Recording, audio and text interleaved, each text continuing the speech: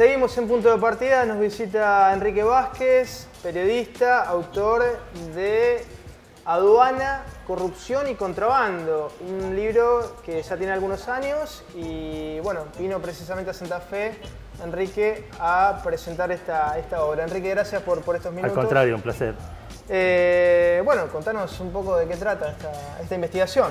Es una investigación que me llevó 2 años, me la publicó Planeta y trata de poner el énfasis en una de las tantas putrefacciones que tiene la Argentina y sobre todo en una que, si se corrigiera, nos volvería a situar como uno de los países más ricos del mundo, que efectivamente lo es, porque fíjate vos que en 1910, cuando todo el mundo pone la referencia de la Argentina idílica, esa que tenía el 7º PBI del mundo, en 1910 la aduana aportaba entre el 75 y el 85% del Tesoro Nacional, de la renta nacional, y ahora aporta el 1,47%. Toda esa riqueza que tuvo la Argentina y que ahora no se ve, se la devora la aduana. ¿Qué pasó en el medio? Corruptela, los productores y exportadores no declaran lo que efectivamente exportan. Hay gente que gana mucha plata fraguando las declaraciones de exportación. Hay gente que importa flores de plástico de Taiwán, por ejemplo, en un contenedor, y si por milagro se abre ese contenedor, aparecen 22.000 camisas para hombre, por ejemplo, lo cual produce una devastación enorme en la industria textil argentina, que ya está hecha de goma, y al mismo tiempo posibilita que aquel que importa las camisas no pague lo que tendría que haber pagado por importación. Este es un tema estructural fundamental, ¿no? Por supuesto, porque si vos declarás que estás incorporando a la Argentina al comercio interno flores de plástico y en realidad traes trajes o camisas, además de producir la devastación de la industria textil, tu contador, cuando tenga que declarar ganancias y pagar ganancias, va a ser en consonancia con aquello que vos declaraste que importaste, vale decir, flores de plástico. No vas a pagar impuestos a las ganancias ni ingresos brutos por haber vendido 22.000 camisas. De manera que toda la recaudación argentina se cae a pique. ¿Cómo llegaste a este tema, Enrique? Soy cordobés y desde chico escuché a los viejos cordobeses que hablaban de la aduana de Buenos Aires como el motivo o la razón del quedo de Córdoba, de que Córdoba no hubiera desarrollado todo el potencial industrial y económico que ellos le imaginan. Y me preguntaba por qué. Ahora que vivo en Buenos Aires, encontré muchos porqués. No para el quedo de Córdoba, sino para el quedo de toda la Argentina. La aduana es un coto de caza. Vos pensás, la aduana tiene 6.000 agentes, incluyendo los vistas de aduana, los inspectores de aduana que vos ves cuando llegás a Ezeiza o los ves en los puertos. Pero la mayor parte de ellos son administrativos, son empleados que hacen la planilla de pago de sueldo, liquidación de sueldo. Y hay 48 aduanas en todo el país. Explícame vos cómo 6.000 tipos, suponiendo que los 6.000 se dedican a la verificación de cuánto ingresan por los puertos o egresan por los puertos, ¿cómo pueden 6.000 controlar las 48 aduanas las 24 horas de los 365 días del año? Imposible. Pero tampoco permiten que ingrese nadie. El aduanero cobra uno de los sueldos más altos del escalafón público de la Argentina y 3 sobresueldos. Una especie de corruptela institucionalizada. Un sobresueldo lo paga la propia AFIP porque prorratea entre los empleados el mayor ingreso que tiene. Como la mayor recaudación es por el IVA, ni siquiera tienen que firmar paritaria con actualización o cláusula gatillo. Más recaudación, más reparto. El segundo lo pagan los despachantes de aduana. ¿Por qué los despachantes de aduana tienen que pagarles un sobresueldo a la gente que tendría que verificar lo que declara ese despachante de aduana? Sí, suena un contrasentido, digamos, ¿no? El privado pagándole a quien debe controlarlo.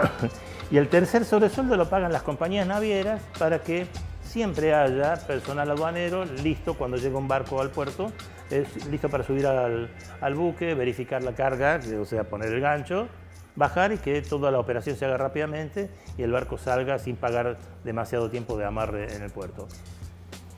Cuánta historia, ¿no? En el tema de aduanas, recién lo charlábamos fuera de cámaras. Se me viene a la cabeza, para no irnos tanto en el tiempo, la aduana paralela, ¿no? También, claro. No hace mucho tiempo, hace muchas décadas, Pero digo, si esto es un sistema institucionalizado, Sí. como bien lo describís, Sí. Enrique, ¿por qué ningún presidente, teniendo los números sobre la mesa, toca este tema tan sensible y que podría revertir la estructura productiva en un punto, ¿no?, de la República Argentina? Yo creo que la aduana intervenida y vaciada de este personal, rellena con otro personal, con otra mística, con otro objetivo de trabajo, puede ser la única clave de salvación de la Argentina. Pues, la gente piensa en Vaca Muerta, pero el desarrollo de Vaca Muerta puede llevar un tiempo y tiene además mucho daño colateral Vaca Muerta, más allá de la riqueza que pueda producir desde el punto de vista de la recaudación para la Argentina. Claro. Pero la aduana sería automático. Te estoy diciendo, el primer ministro de Economía, ya que hablaban hace un momento de Urquiza, el primer ministro de Economía de la Argentina, la primera vez que aparece oficialmente el nombre es Confederación Argentina, ¿verdad? Sí, sí. Urquiza. El primer ministro de Economía es un cordobés, Mariano Fragueiro. Estuvo 2 años nada más como ministro de Economía. Y cuando se va, el tipo le hace al presidente un informe de egresos e ingresos. Y les paga el gasto de guerra de las guerras civiles que habían quedado, paga las cuentas públicas, la deuda externa, todo. Y le queda algo así como el 80% del PBI. Y todo viene de la aduana. Y esto es Fragueiro a mediados del siglo XIX. Va a decir, no hace mucho. Sí, sí. Es el primer informe que se hace del estado de las cuentas públicas en el país. Y había un superávit enorme del Producto Bruto, de las cuentas del Tesoro, gracias al aporte de la aduana. Explícame vos por qué ahora no tenemos eso. Explícame vos por qué tenemos un agro que da una exhibición ahora de poder con la muestra esta de Clarín y La Nación, Expo Agro, ¿no? Y vos ves las 4x4, la más chiquita es una RAM de 200 caballos. ¿Y por qué no tenemos una consonancia en la recaudación de ese agro tan poderoso y tan rico? Claro. No habría ni que tocar el tema de retenciones. Nada. Con solo cobrar lo que efectivamente se exporta, es decir, no truchar, no falsear las declaraciones juradas de exportación, pero además, mirá, acabo de meterme la pata, si se quiere, las exportaciones se hacen por declaración jurada, y no solamente el agro. Las compañías automotrices, Sí, claro. Ford, Toyota, eso, tienen un convenio con la aduana por lo cual ellas dicen cuántos autos se exportan y cuál es el valor de esos autos. Bueno, algunos lo agarran, digamos, en el camino, como en el caso de Macri, en su momento. Bueno, ahí tenés vos. Lo agarraron Ahora, con las manos de la masa. iba a ir a la respuesta esa pregunta que vos planteás. El actual jefe de gabinete de ministros es sobrino del interventor de la aduana durante la dictadura, que se robó un barco con langostino congelado, se lo sacó al Japón y se lo vendió a Corea de contrabando. El tío de Marcos Peña. Estuvo 10 años prófugo, cuando prescribió la causa volvió a la Argentina y nadie pregunta nada. Y ese era el interventor de la aduana puesto por los militares para adecentar la cosa, supuestamente. El presidente Mauricio Macri estuvo procesado junto con su padre por contrabando de autos al exportar partes al Uruguay y traer el auto completo del Uruguay. O sea, contrabandeaban de ida y de vuelta. Y la Corte Suprema de Justicia de Menem fue condenada y eyectada. Se le hizo el juicio político por esa causa.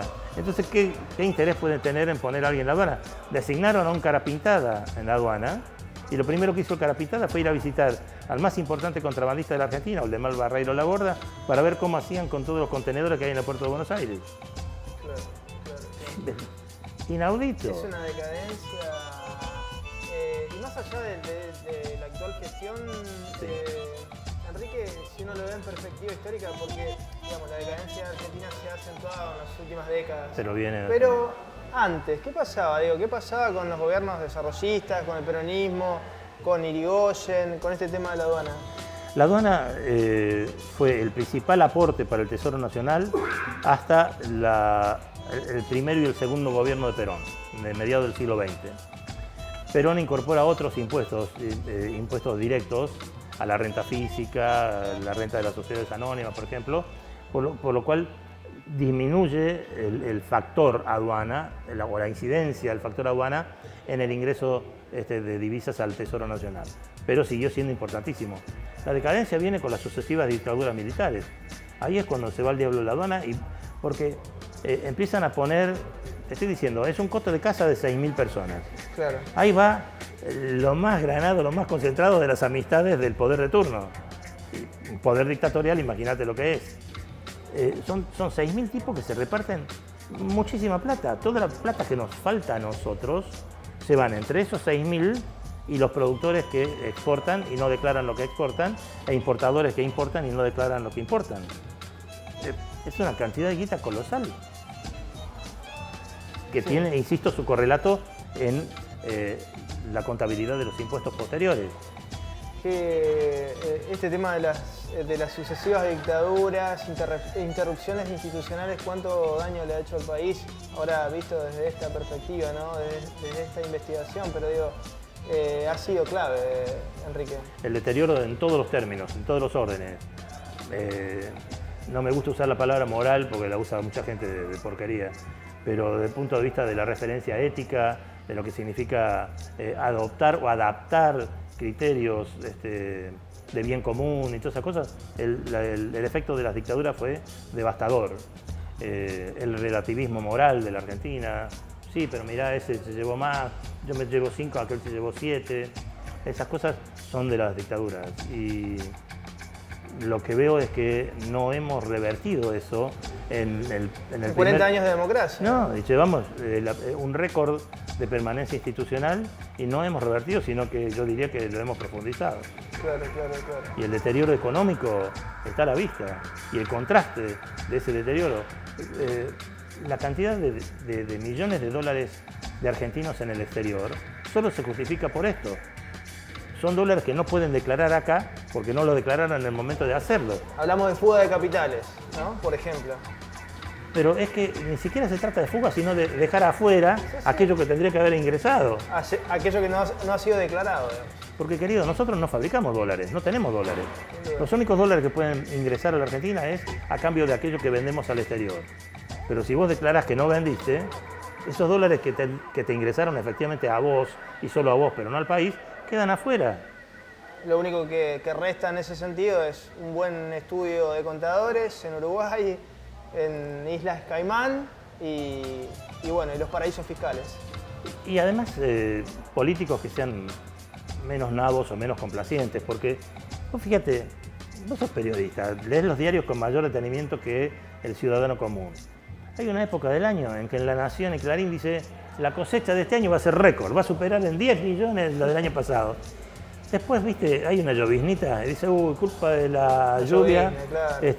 No vamos a tener 10 millones, sino 4 millones y vamos a tener que pedir préstamo al Banco Nación a tasa negativa y le vamos a tener que pedir al gobierno que nos libere de pagar impuestos. Pero, ¿cómo? Pero esa cosecha se hizo y se colocó, pero ya le vendiste a la gente que no cosechaste 10 sino 4, entonces declarás 4.